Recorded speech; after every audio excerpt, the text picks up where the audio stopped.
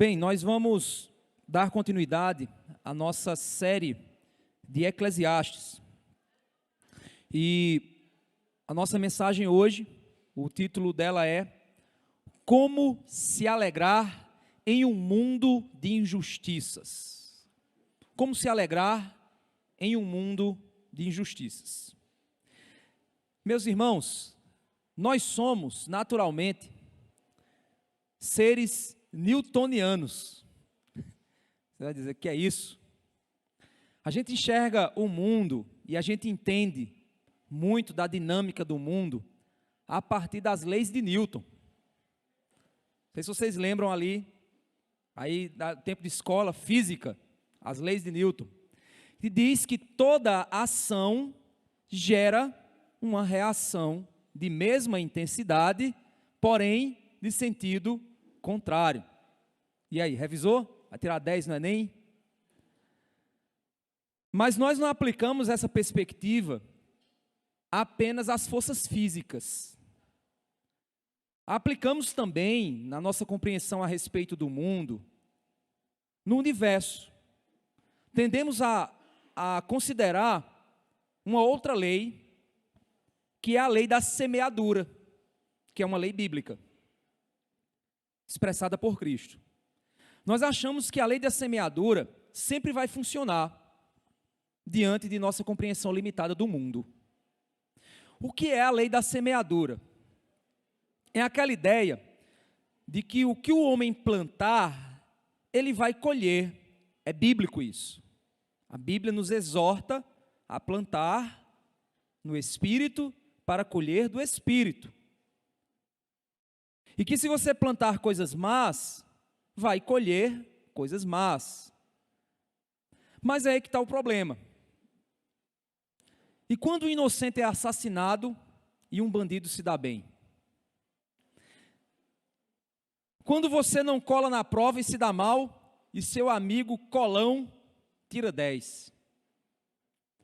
E quando você é um rapaz honesto, isso acontecia comigo, isso é um desabafo, parece ser desprezado pelas meninas, e o cara mais terrível da sala, descomprometido com tudo, cara de cafajeste, chama a atenção delas. Quando você é honesto no trabalho, e seu colega mentiroso é promovido no seu lugar.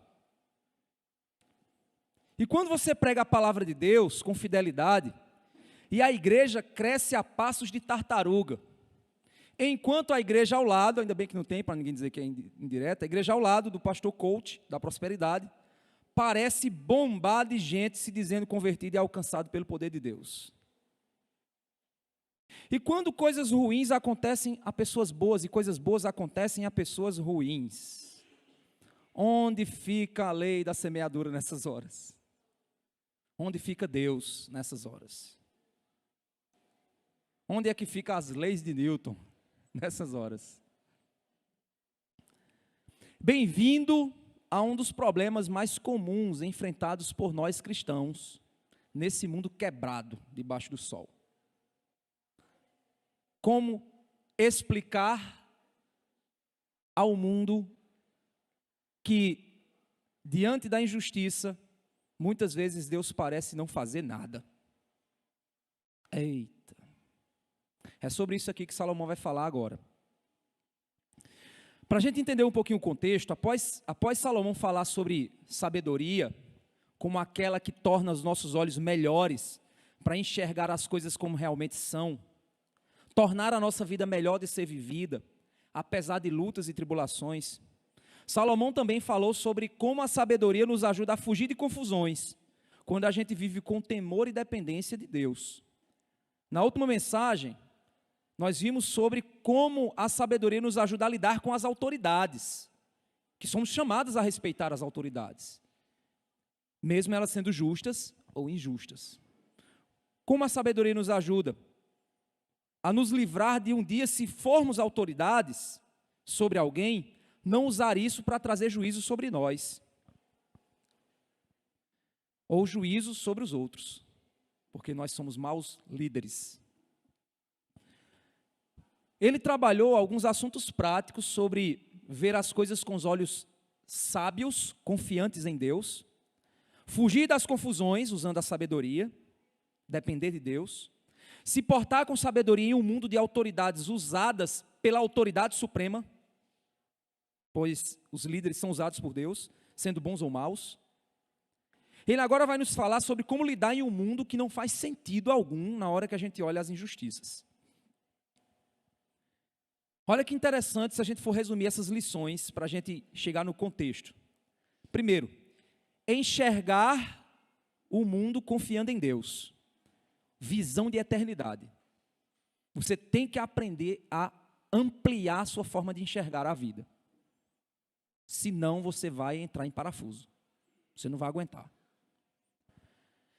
Viver longe de confusões ao depender e temer a Deus. Ou seja, lute contra o pecado. O pecado são promessas vazias, ilusões, armadilhas que te destroem. Não brinque com o pecado. Terceiro, se portar em um mundo diante da autoridade suprema de Deus. Entenda o seguinte: a vida sábia compreende que Deus é a autoridade suprema sobre tudo. Ele é soberano. Então, mesmo que uma autoridade seja ímpia, Deus continua soberano. Isso é vida de sabedoria. E o que é que ele vai trabalhar agora? Como olhar um mundo de injustiças e mesmo assim se alegrar, se motivar a trabalhar e talvez até não colher o que você plantou, enquanto outros podem colher no seu lugar. Ou seja, como se alegrar em um mundo injusto? É esse o foco aqui que ele vai trabalhar, vai nos ajudar. Primeiramente, ele vai traçar um quadro deprimente. O maior desafio de pregar o livro de Eclesiastes é que você precisa pregar o livro de Eclesiastes tendo a percepção teológica e filosófica da Bíblia. Porque senão você vai deixar o povo com depressão. Porque o livro de Eclesiastes é o livro da realidade. É o choque de realidade. E ao nos impactar com essa realidade, a visão maior traz o refrigério de Cristo. E aí nós entendemos que para Salomão só faz sentido a vida sob a perspectiva eterna. Mas ele traça uma realidade deprimente.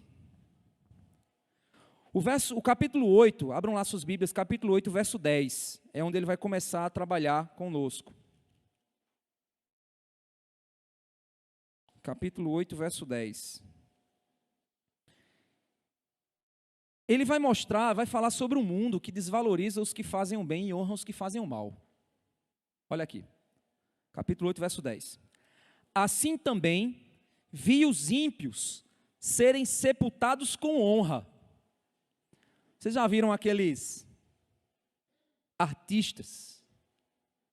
Passaram a vida usando droga, fizeram meio mundo de bagunça, mas aí você vê uma multidão indo no enterro do cara. Aquele político que roubou milhões, e aí quando morreu virou santo. Só não é canonizado porque o STF não deixa.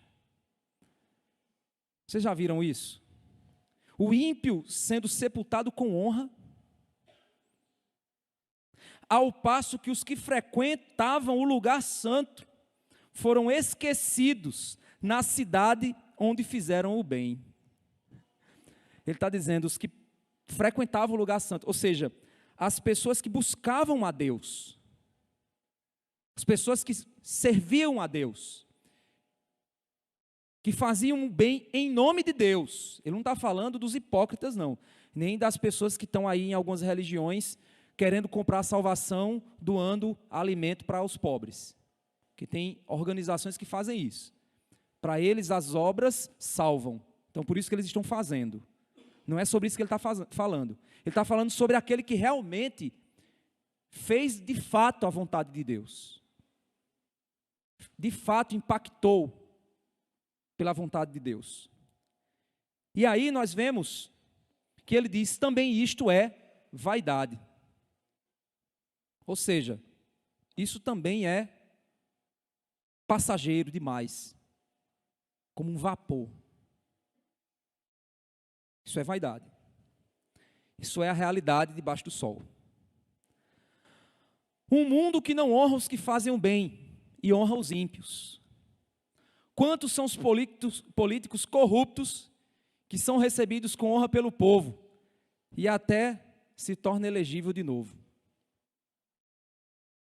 Quantos são os professores maravilhosos que são esquecidos? Eu tive professores fantásticos na minha vida. Lembra daquela professora que morreu após se queimar em um incêndio? Porque foi salvar umas crianças? Vocês lembram? Eu acho que era uma creche. Ela entrou no meio do fogo, salvou não sei quantas crianças e morreu queimada. Vocês viram em algum momento ter um nome de rua com o nome dela? Não. Ela nunca foi lembrada.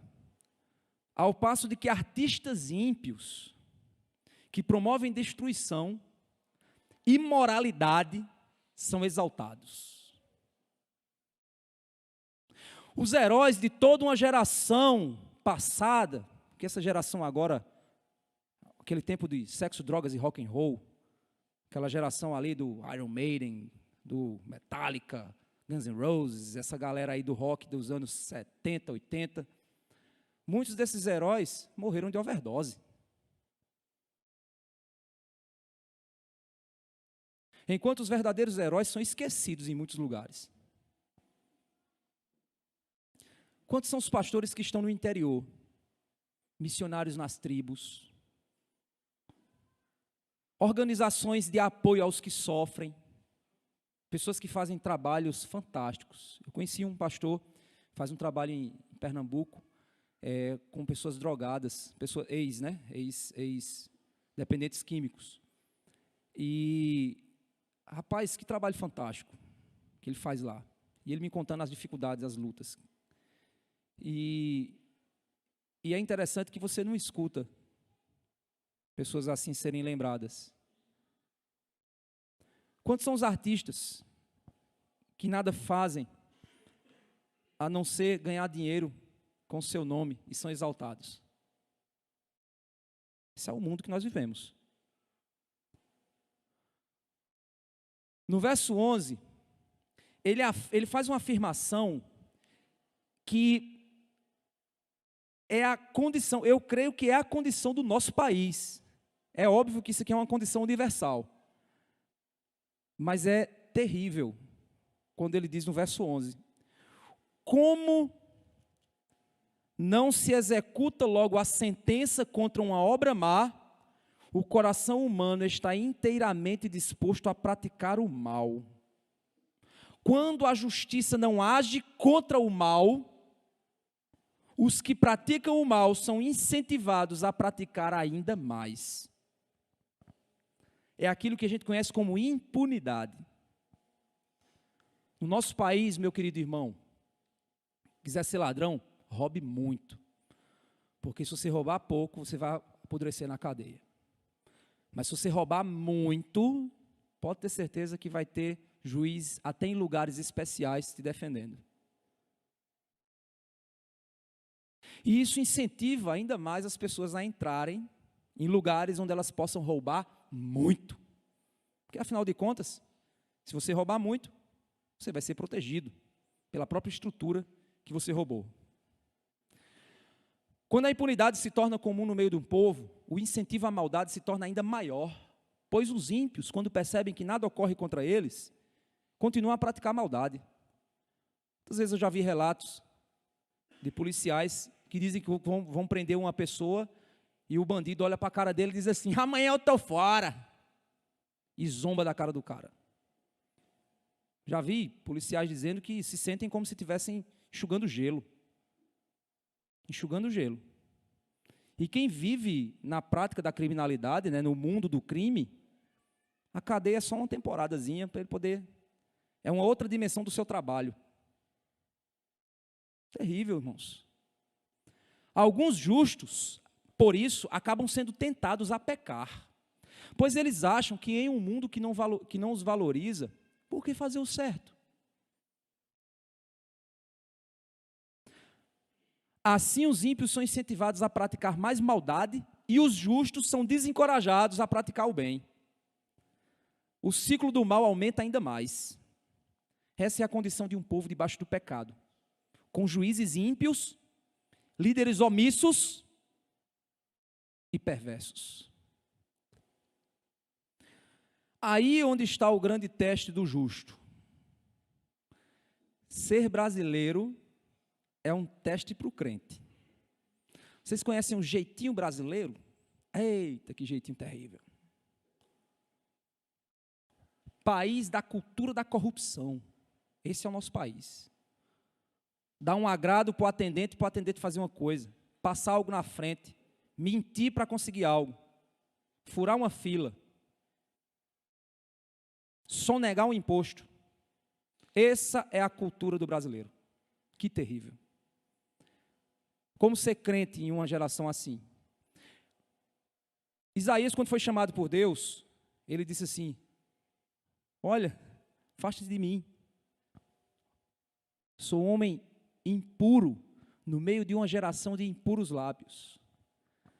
Muito crente deveria dizer: sou corrupto no meio de uma geração corrupta, de uma nação corrupta.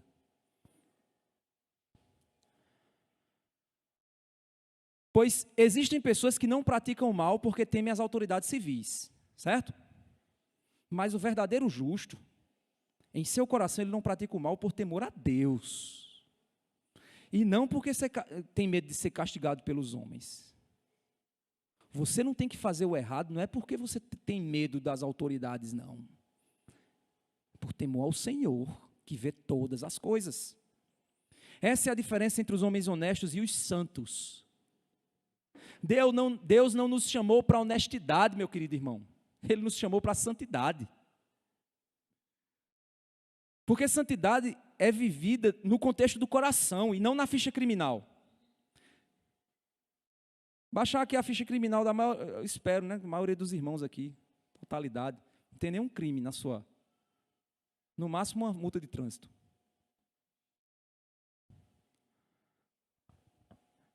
Mas honestidade não é padrão para Deus. Santidade é o padrão. Você está mais preocupado com fazer o que é certo por querer agradar a Deus ou porque tem medo dos homens? Do que podem dizer? Do que você pode perder? Deixa eu fazer uma pergunta para você. Faz aí uma pergunta para si mesmo. Por que você faz o que é certo? Por que você faz o que é certo? Você faz o que é certo porque está preocupado com a perspectiva eterna de Deus diante de você? Ou você faz o que é certo porque está com medo do que pode perder nessa vida? Pois saiba que vão existir momentos que, se você fizer a coisa certa por temor a Deus, pode ser que você perca a oportunidade de ganhar dinheiro, fama, presentes. Você vai perder oportunidades, reconhecimento de pessoas. Ou até mesmo você vai ser preso se fizer o que é certo, quando você tem autoridades que são contra Deus. Você faz o que faz por querer benefício aqui e agora, ou você faz o que faz por causa de valores eternos, bênçãos acima do sol? Esse é o ponto aqui. O que te faz fazer o bem? Medo dos homens, desejo de ganhar coisas aqui, ou temor e amor a Deus? Essa é a diferença do crente para o descrente. Por que a gente hoje tem vivido uma geração de crente fraco? Porque eu fico impressionado. Tem crente que eu olho, às vezes eu comento com o Michel, digo: pelo amor de Deus, como é que uma pessoa dessa é crente há não sei quantos anos e faz esse tipo de coisa? Meus irmãos, eu tenho dentro de mim que não é crente, não. Igual aquele André Valadão: não é crente, você não é crente, não. Não é crente, não. Antiético, enrolão, mentiroso, fofoqueiro. Você diz assim: meu amigo, essa pessoa não tem um mínimo de noção do que é o Evangelho. Porque essas pessoas só fazem o que é certo na sua frente. Porque estão com medo do que você pensa delas. Mas elas não estão nem aí para o que Deus pensa. Estão nem aí para o que Deus pensa. O problema é que quando fazemos o que é certo, só recebemos problemas em nossa vida, enquanto os que fazem coisas erradas acabam parecendo mais felizes do que nós. Eu já tive situações em que eu estava na pindaíba, na tribulação, sendo perseguido por fazer a coisa certa, sofrendo o pão que o diabo amassou, e olha que ele amassou mesmo. E aí eu paro num sinal, quando eu olho para o lado, está uma galera de jovem lá num bar. Eu dizendo assim, meu amigo, essa galera está feliz que só, cara. E eu estou aqui Você talvez já deve ter pensado assim. Nunca pensei assim, pastor. Amém. Então que o céu prepare, porque você vai para lá com tripa e tudo. Começamos a duvidar se estamos no rumo certo mesmo. E isso é natural. Porque a gente sempre mede a vida pelos resultados, irmãos. É o que eu comecei a falar das leis de Newton, da lei da semeadura. Nós vemos aqui agora e não temos a percepção, muitas vezes, de valorizar o eterno. Isso no ministério é batata. Se alguém entendeu o que é batata, né? É certo, é algo que realmente acontece. Você está pregando a palavra, sendo fiel, aí você posta um vídeo, aí você tem lá 10 visualizações. Aí vem um cara conversando besteira, parecendo muito 1000 visualizações. Você chama, amigo, será que eu não tenho que ficar também?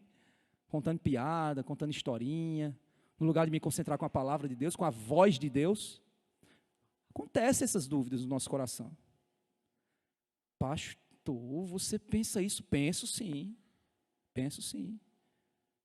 Porque a gente é assim, gente. A gente olha para os... A igreja começa, se converteu 20 pessoas nesse culto. Oh, glória, muito resultado. Às vezes, acho interessante que tem uma história de um evangelista, eu não conheço o nome dele, mas esse evangelista, ele organizou uma cruzada evangelística de 1 mês. Se eu não me engano, parece que foi 1 mês. Eu posso errar nos detalhes, certo? Porque faz muito tempo que eu vi essa história. 1 mês, cruzada evangelística nos Estados Unidos. Aí lá, há muitos anos atrás, eles montavam umas tendas bem grandes, e aí o evangelismo, todo dia, Primeiro dia, 1 alma, 2 almas. Aí ele fez um grande movimento e disse, agora eu vou levar multidão para um local e eu vou pregar o evangelho para trazer um avivamento aos Estados Unidos. Aí ele foi lá e fez um evento imenso, divulgou na cidade, encheu o lugar de gente, não sei quantas mil pessoas, pregou. E agora, quem entrega a vida a Jesus? Aí um jovenzinho levantou a mão, só um jovem naquela noite. Aí o evangelista, isso descobriram porque depois pegaram a agenda do evangelista e ele anotava, era como se fosse um diário, ele abria o coração na agenda dele. Fizemos todo um movimento, nos esforçamos, gastamos muito recursos e tal, e não conseguimos, e só conseguimos 1 alma. Eu estou extremamente frustrado, mas pelo menos eu peguei o nome do jovem, Billy Graham. Oh, evangelismo abençoado. Ou evangelismo abençoado. Porque a gente mede as coisas pelos resultados. Humanos, por números. Por números. Eu tive agora recentemente num congresso do mestrado que eu estou fazendo, e a gente teve um palestrante, foi o Bruce Miller, que ele é especialista em formação de líderes. Rapaz, o cara deu um sarrabui lá, a gente lá, os pastores estavam lá. Teve uma coisa que ele disse assim, quem entrou na terra prometida? Josué. Quem preparou ele? Moisés. Josué fez uma obra maior do que Moisés. Aí ele disse assim: quem fez mais milagres no Antigo Testamento? Profeta, Eliseu. Quem preparou ele? Elias. Eliseu fez mais obras que Elias. Aí ele continuou: quem chegou mais longe como apóstolo no Evangelho? Paulo. Quem preparou ele? Barnabé. Quem alcançou o mundo com o Evangelho? 12 homens. Quem preparou eles? Jesus. Ele disse: pode ter certeza que pessoas que você está preparando na sua igreja, você talvez não consiga fazer uma grande obra. Mas o que a Bíblia nos mostra é que as pessoas que nós preparamos fazem obras maiores do que nós. Então prepare líderes. Prepare líderes. Aí eu segurei o choro, porque eu sou macho. Mas eu pensei: meu Deus, o que será que a Batista da Graça vai fazer?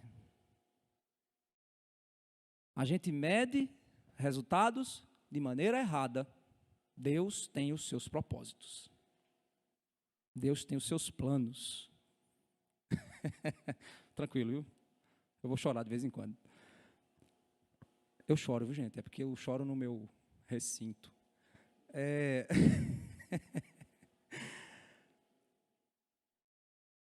Somos levados a achar que a vida é mera ação e reação, sem um domínio soberano de um Deus vivo.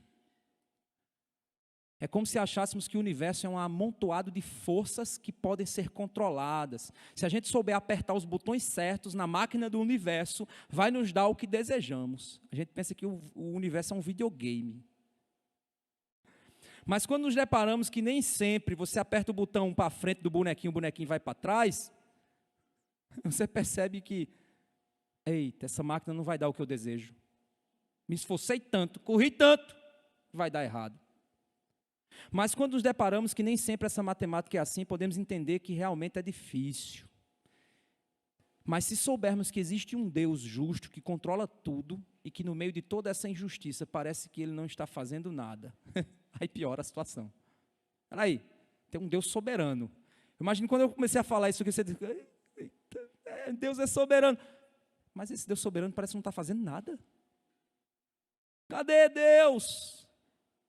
Aquela música: socorro Deus, socorro Deus. Aí é que a crise aumenta. Pois não somente pensamos se estamos no rumo certo, mas pensamos se vale mesmo a pena continuar fazendo o que fazemos por Deus. Pastor, não. Meu irmão, se você ainda não chegou numa crise dessa, você vai um dia passar por ela. Você vai passar. Você só não vai passar se você estiver na gandaia. Na gandaia você não passa não, porque você já está no desmantelo mesmo. Então, que crise para quem já está na crise. Para quem já é a crise, né? Você acha que esse pensamento é complicado? E se eu disser que existe um salmo que fala exatamente isso? Um homem de Deus que expressou exatamente essa forma de pensar. Vamos olhar para esse salmo? A gente vai só ler esse salmo, certo? E a gente vai chegar com o pensamento do salmista para o texto de Salomão aqui. Então vamos lá para o Salmo 73. Abram suas Bíblias no Salmo 73.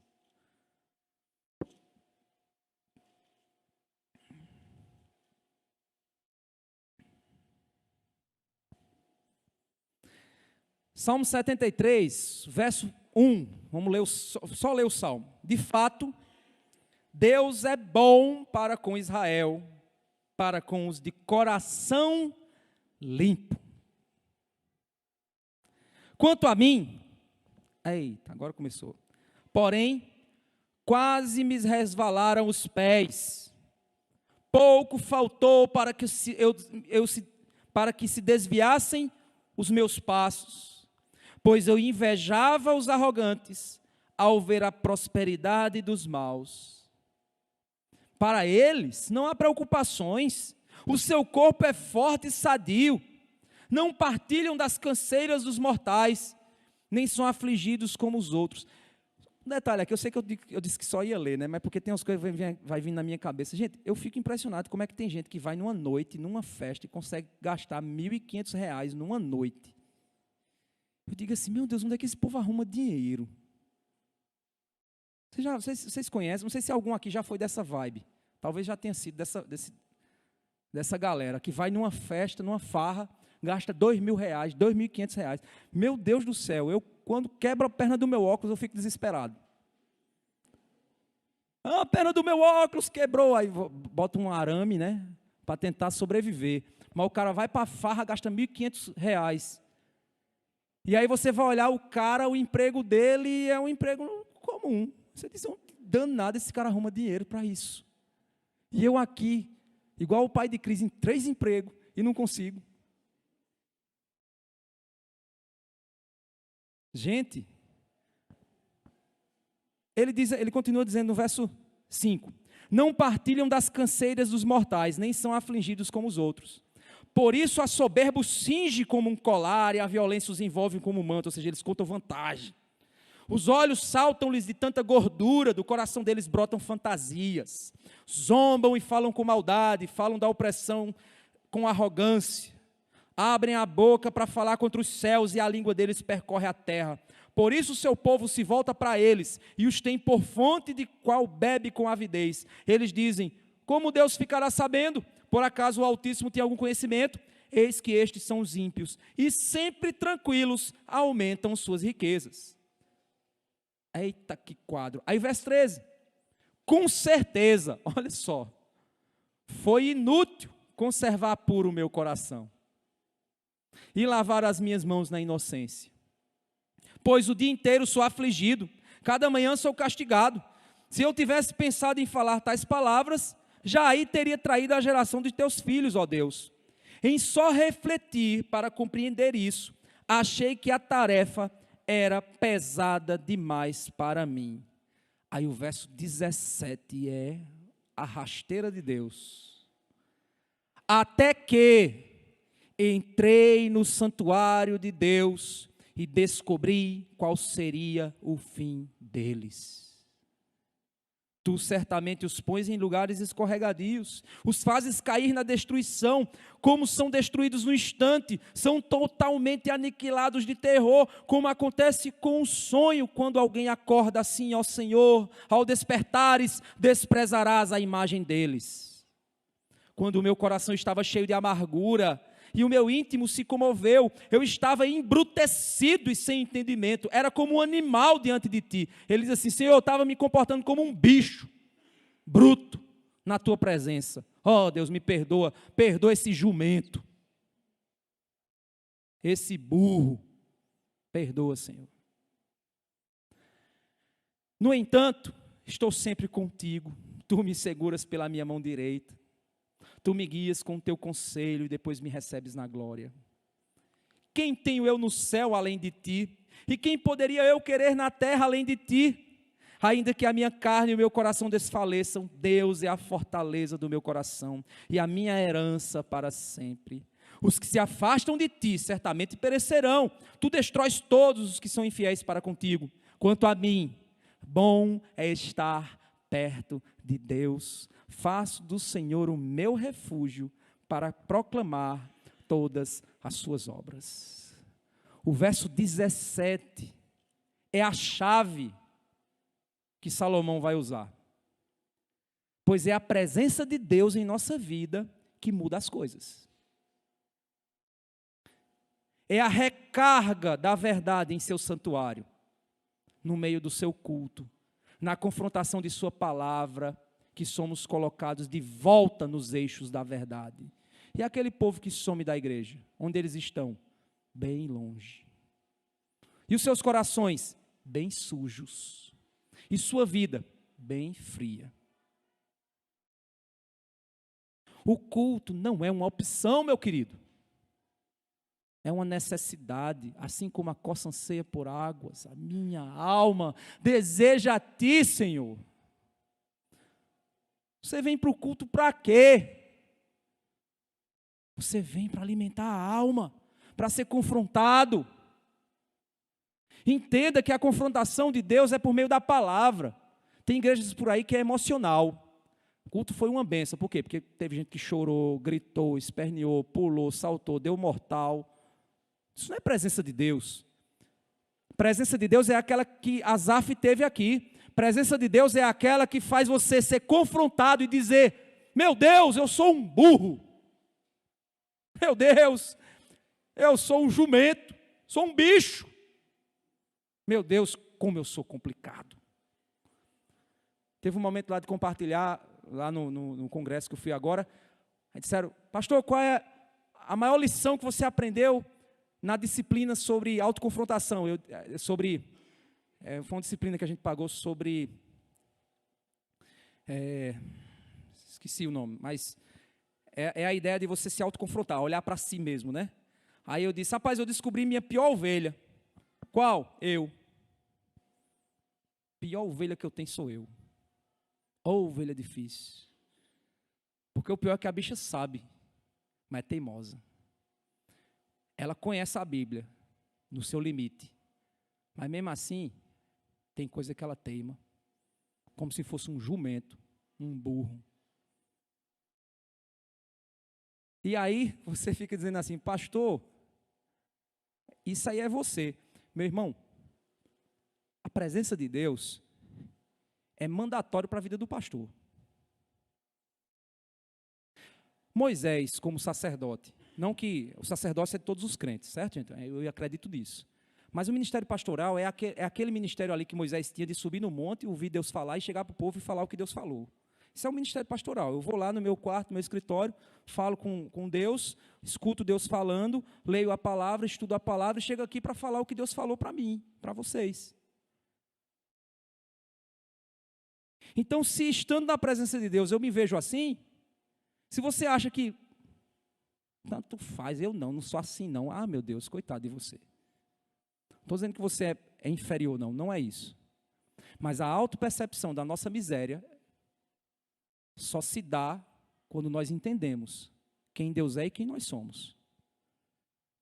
É essa a necessidade que nós temos de entender, como Asaf, quando eu entrei na tua presença, Senhor. Por isso que é tão importante vir ao culto, estar em comunhão com o povo de Deus, buscar a Deus no culto e na vida devocional por meio de sua palavra. Se encher da verdade de Deus, nos livra das mentiras que nos cansam em um mundo quebrado. Cansativo, irmãos. Eu sou tão abençoado com os irmãos do Prega a Palavra, os outros pastores missionários. Os dilemas são os mesmos, só muda o endereço. Pastores que estão tentando pregar a palavra nos seus contextos e as igrejas vizinhas lotadas de gente e o cara lá com as ovelhinhas dele lá tentando pregar e as conversões poucas e ele dizendo, meu Deus, será que eu estou fazendo errado? É o mesmo dilema, gente. Aí a gente se junta e começa a chorar uns para os outros, né? Ei, eu estou na mesma, então ou a gente está errado junto ou a gente está certo junto. Os dilemas são os mesmos. Recentemente eu vi estava fazendo meu devocional, aí em Jeremias, o chamado de Jeremias, vai lá e prega. Os homens vão te ouvir, vão dar legal para você, estou parafraseando. Massa, pastor, massa, Jeremias, lindo a tua mensagem, Jeremias, mas o coração deles não está nem aí. Então, Jeremias, tu vai pregar, e eles não vão se converter, não. Imagina, cadê Eli? Eli, tá não, tá em casa, né? Ah, tá doente. Chega, Eli, quer ser pastor? Quero, pastor. Pois tu vai cuidar de uma igreja que não vai se converter ninguém, e todo o povo vai se revoltar contra você, vai dividir a igreja e vai... E aí? Você quer? Não, pelo amor de Deus. Não sei, né? A resposta que ele me dá. Se ele quisesse vir a Deus, tem que ser assim. Jeremias foi chamado para pregar. Prega. O resultado Deus garante segundo a vontade dele. O resultado para Jeremias era um povo duro, que ele ia passar a vida toda pregando e o povo duro. Aí diz assim, mas Jeremias, um dia, eles vão olhar e vão dizer, eita, houve um profeta de Deus no nosso meio. Imagina, o cara morreu, já está na glória, não sabe nem o que aconteceu. Aí o povo diz, eita, aquele pastor lá era de Deus, isso. E a gente nem ouviu ele. Foi mesmo, foi. E agora? Já era.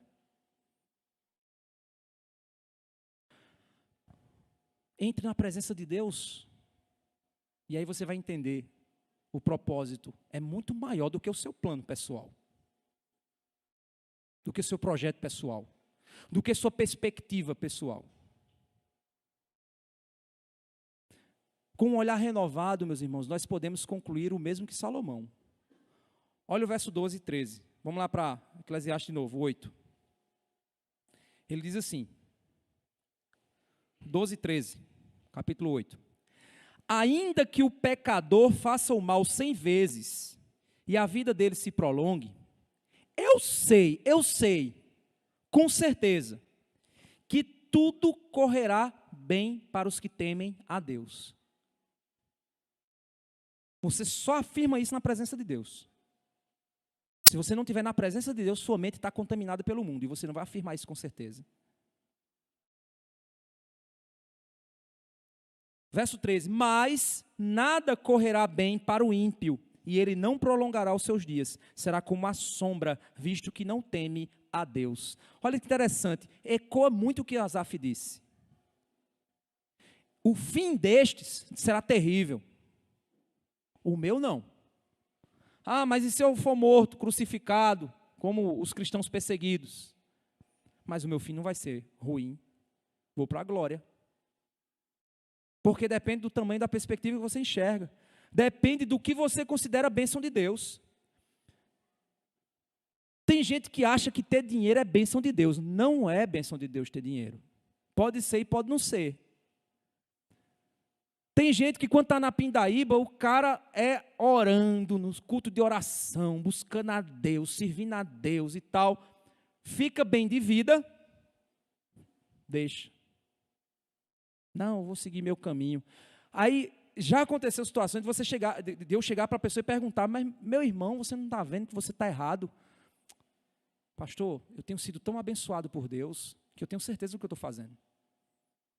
Espera aí, cara, tu está pecando. Mas olha os resultados. É como se você estivesse dizendo assim, cara, tu está errado. E o cara diz, mas olha a minha vida como está dando certo. Então eu só posso estar certo. Não, mas a palavra diz que você está errado. Essa palavra aí talvez foi escrita equivocada. Pois é.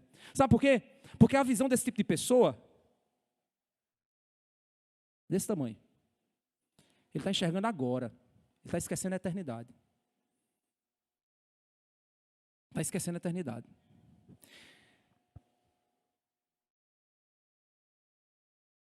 Por que devemos fazer o que fazemos acerca do bem que devemos praticar? Por que a gente deve fazer o bem? Por causa de Deus. Por que você tem que fazer o que é certo? Por causa de Deus. Deus não é o gênio da lâmpada que vai fazer suas vontades, não. Você tem que fazer o certo porque Ele é Deus e você é homem. Ponto. Você é servo e Ele é Senhor. Ponto. Você tem que fazer o que é certo porque Ele mandou. E obedeça. Pois Ele não é seu parceiro. Você já ouviu sua mãe dizer isso? A minha já ouvi. Os caminhos dele são insondáveis. Sua justiça é eterna e acima de nossa compreensão. Existe um outro ponto que às vezes nos leva a querer fazer o bem, que é a honra de receber o reconhecimento. Tem gente que gosta de fazer o bem para ser reconhecido. Isso é outro problema. Mas aí vem outro verso que reforça que nesse mundo não é sempre assim. Essa expectativa pode quebrar. Olha o verso 14. Ainda há outra vaidade sobre a terra. Justos que são tratados segundo as obras dos ímpios, e ímpios que são tratados segundo as obras dos justos. Digo que também isto é vaidade. Ou seja, o ímpio é tratado como se fosse justo, e o justo é tratado como se fosse ímpio. O ponto é esse. Tentar receber algum tipo de recompensa nesse mundo é inútil, pois a injustiça presente nele vai te tratar de uma forma que você muitas vezes não merece, se você for parar para pensar. Não, mas eu fiz tudo certo. Por isso, fazer o que é correto, achando que isso vai te recompensar aqui, não é a melhor forma de viver nesse mundo. Não é. Pastor, o que é isso que você está dizendo? Quer dizer que eu não tenho que fazer o que é certo. Fazer o certo para ser recompensado aqui não é o caminho. Não é o caminho. O que Jesus disse?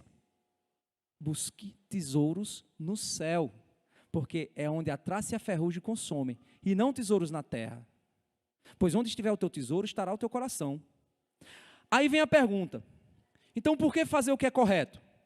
O que deveria me motivar a fazer o bem, além de obedecer a Deus, como no contexto anterior? Ter salvação eterna e, no fim, buscar a justiça de Deus. O que deveria me motivar, então? Quer dizer que o prêmio só vai ser depois? Vou sofrer, vou passar o problema aqui, mas não, mas no céu vai ser melhor, mas no céu vai ser melhor, mas no céu, isso é a vida? Aqui é só fazer o bem e sofrer para esperar se alegrar depois? A resposta dele vem na sequência. Olha o verso 15. Por isso, exalto a alegria. Porque para o ser humano não há nada melhor debaixo do sol, ele não está falando nada melhor eternamente, não é isso que ele está dizendo. Não há nada melhor nesse mundo quebrado do que comer, beber e alegrar-se. Aí os jovens vão dizer, então vou assistir aqueles memes da internet. Não, isso não é alegria, isso é bobagem. A alegria é muito mais profunda do que ficar, olha a besteira do cabo, pelo amor de Deus, os jovens hoje estão ficando idiotas. Desculpa o termo que eu usei, mas é verdade. Rir de coisa boba é engraçado, às vezes eu e Tom, a gente de vez em quando compartilha um com o outro umas coisas bobas, Stefano também, compartilhando, pastor, isso aqui, aí a gente ri, é uma bobagem, não tem problema. Mas achar que isso é alegria, não, isso é risada, isso é engraçado, é bobo. É o humor, mas não é alegria. A alegria é muito mais profundo. A alegria não é também ficar assim. A alegria é muito mais profundo.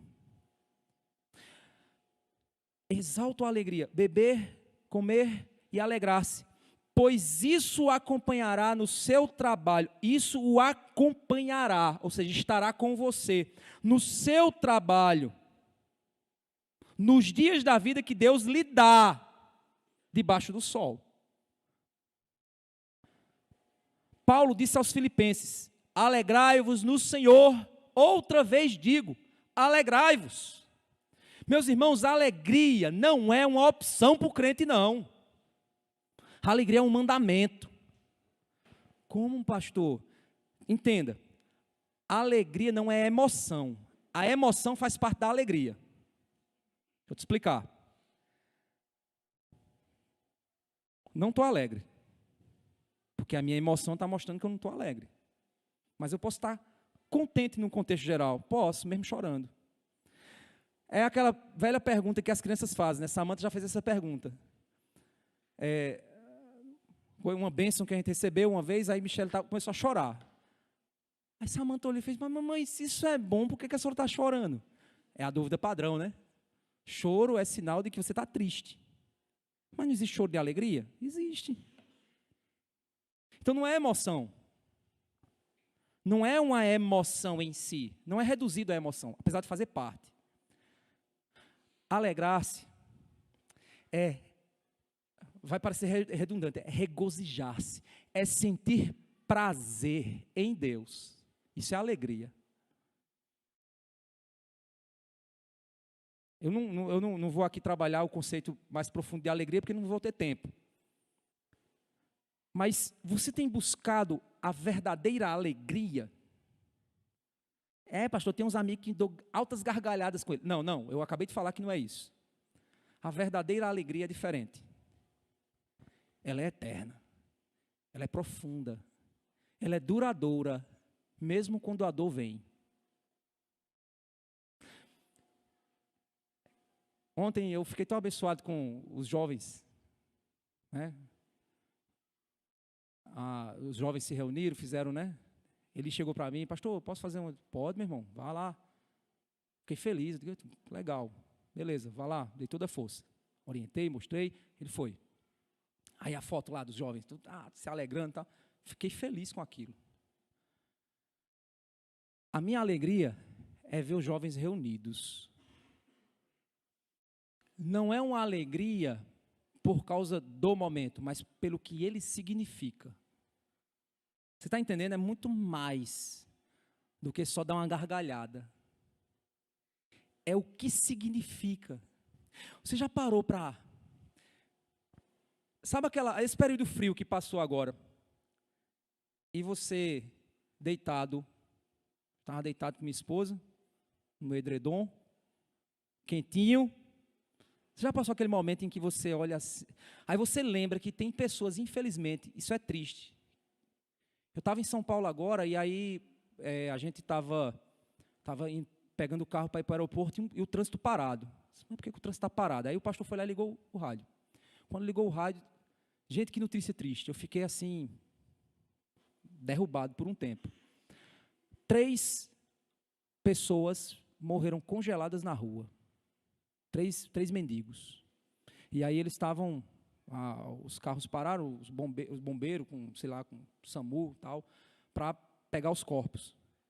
Gente, eu fiquei pensando, meu Deus, eu estive lá, deu um dia, deu 9 graus.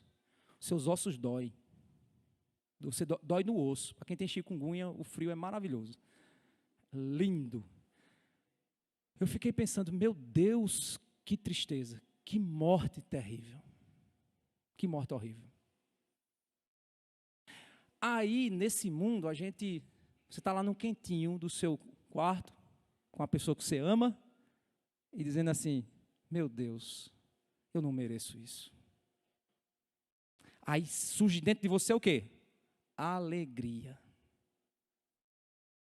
Alegrei-me quando me disseram. Então, toda vez que vocês ouvirem essa palavra alegria na Bíblia, não é que piada boa. Não, é mais profundo. E isso depende da forma como você enxerga a vida. Gente que vive triste, gente descontente, gente que só reclama, o problema dela não é a vida dela, o problema dela são os olhos dela. O problema está no olho. Se os teus olhos forem maus, todo o teu corpo será. O problema é esse. Essa recompensa, essa alegria de fazer o bem, ela existe.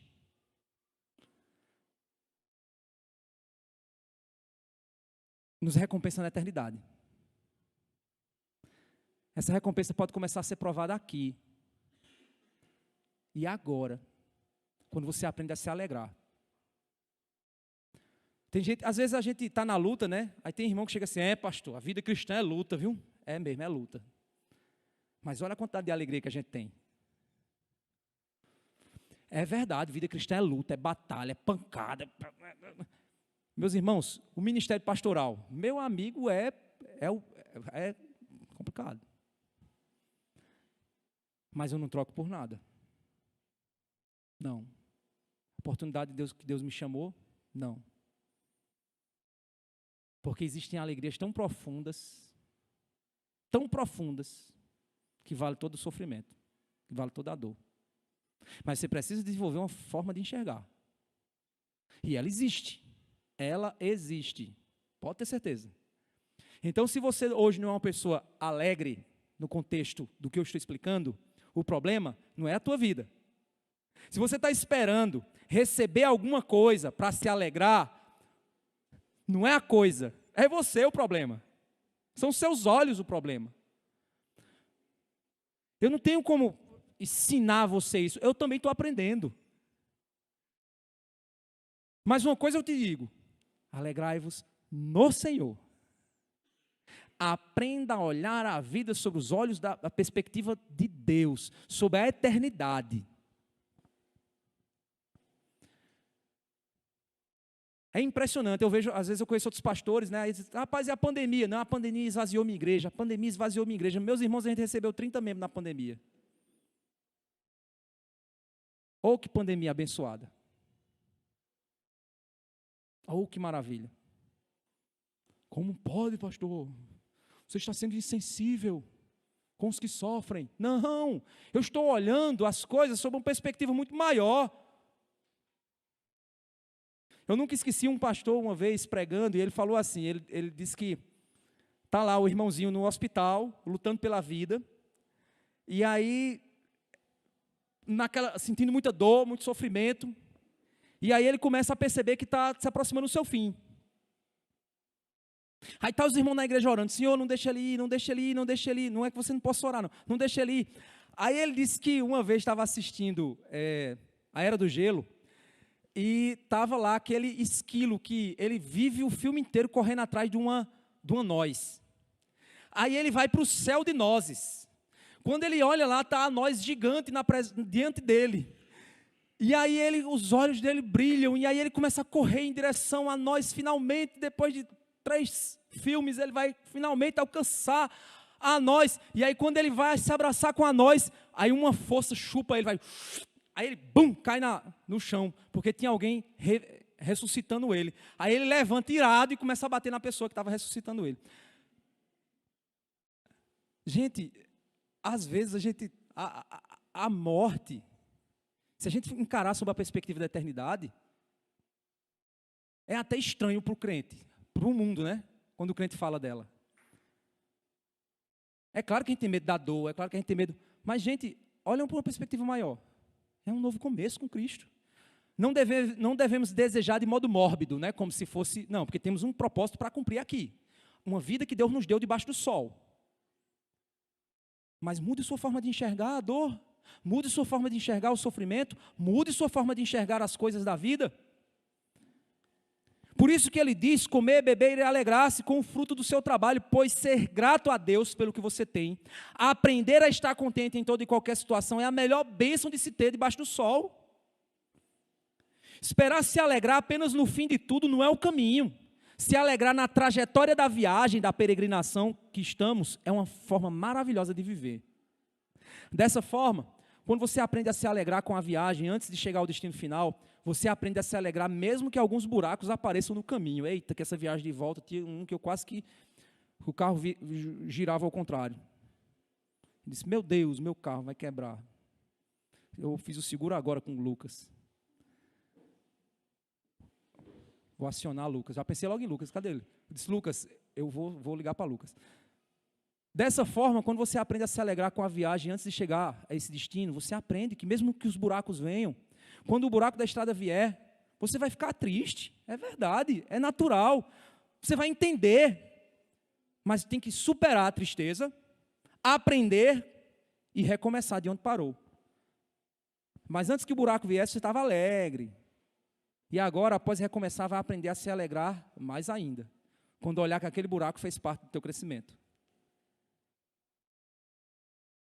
E aí vem o próximo ciclo. Uma certeza que você tem de que a boa obra que o Senhor começou em nós, Ele vai completar. Isso é uma promessa de Deus. Não é aquelas promessas de Deus vão se cumprir na tua vida, meu irmão. Não, promessa é que a boa obra que Ele começou em vós, Ele há de completar até o dia de Cristo Jesus. Essa é a promessa de Deus. Todas as coisas cooperam para o bem daqueles que amam a Deus e são chamados segundo o seu propósito. Isso é a promessa de Deus. Receba, meu irmão. Ô, glória, levanta a mão aí. Eu recebi, pastor. Oxe, pouca gente quis receber. Por isso, o pior pode parecer o melhor às vezes. Lembra a mensagem que a gente falou disso? Fugir do pecado é uma necessidade para achar alegria, para não se meter em confusão e depois se arrepender do que se meteu. Saber se portar diante da autoridade suprema do Senhor, em autoridades muitas vezes falhas, é um caminho melhor. Você está revoltado com política? Ah, miserável, esse bozo. Pelo amor de Deus. Vai orar pela vida do cara? Porque a tua revolta não vai mudar em nada. Mas só você vai criar úlcera. Tanta raiva. E não vai resolver nada. Sabe se portar diante da autoridade suprema do Senhor? O que Ele realiza? Esse é sempre um caminho melhor. Isso foi a mensagem anterior. No fim de tudo, mesmo que as coisas não saiam do jeito que esperamos, porque esse mundo é injusto, viu? Podemos ter a certeza de que vamos chegar na Jerusalém Celestial. Porque os caminhos do Senhor não são os nossos caminhos. Os pensamentos do Senhor não são os nossos pensamentos. O mundo não é um videogame que Deus entregou o controle na tua mão. O controle está na mão dele. Você é o bonequinho. Você é o bonequinho do videogame. O problema é que lá no bonequinho, quando ele morre, ele volta, né? A gente vai voltar para a eternidade. Mas o controle não está na tua mão, então desiste. Não viva fazendo coisas boas porque quer bons resultados aqui, como se a vida fosse um jogo de videogame.